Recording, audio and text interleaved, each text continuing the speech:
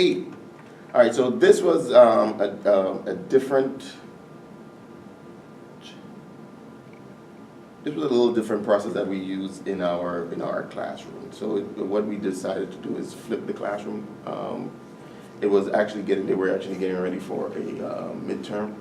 So I decided that, okay, well, one of the ways that I can actually have them,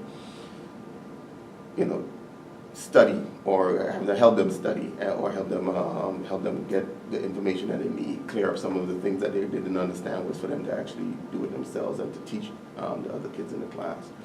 So we gave them, we separated them into groups. They were able to collaborate and work on specific topics. There were 5 topics. We split them into 5 groups, and then they were asked to present it. I didn't give them a definite way to present it.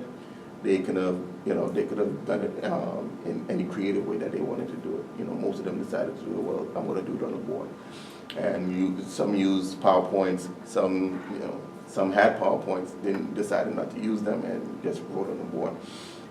So that was one of the ways that I thought that they were able to, get a grasp of some of the information, being taught by peers, the collaboration with their peers to come up with information, the research that they had to do to come up with any additional information that they did not understand or wasn't clearly presented to them.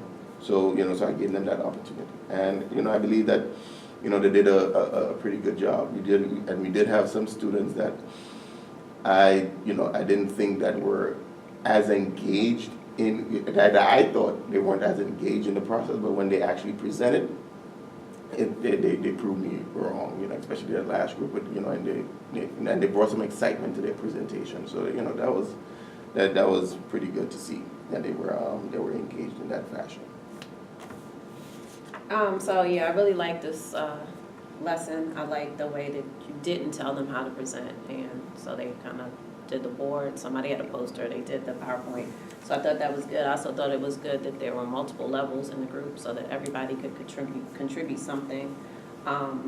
During the presentations, it was student-led. You were kind of just like the facilitator on the side. You would ask some questions, but sometimes the questions the kids could clear up and kind of clean up any misconceptions, so that was good. And then I think when kids have to teach stuff or give information to other kids, that gives you a deeper understanding of what they really know. And it also gave them opportunities to get up and move around and use technology, which a lot of our kids need. So I thought it was a really good lesson.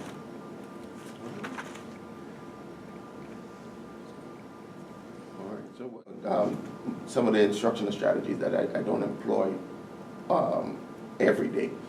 So it was a good opportunity for me to actually gauge where a lot of my students were in, not only with this lesson, but with this unit, but going back. So whoever was able to bring up anything prior, then I knew that, okay, well, that's something that they actually grasped, and the others I was able, the others I knew where I have to work with them.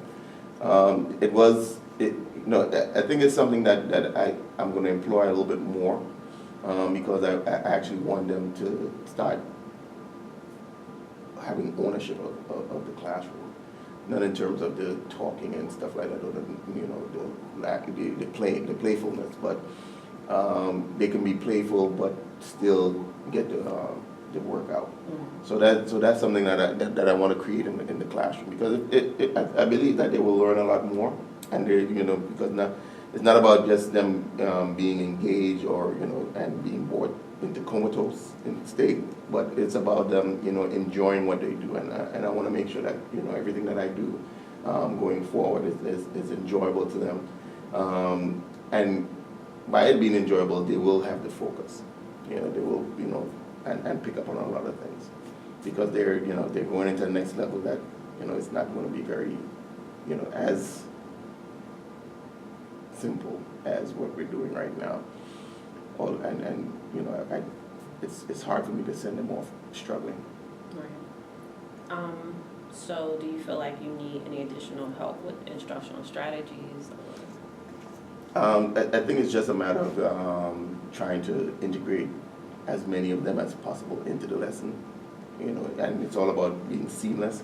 So not it not being so fractured that, you know, that, or there's purposeful intent in actually putting the information, getting the instructional strategy together instead of having it broken down. Well, this is what I'm going to use, this one and this one.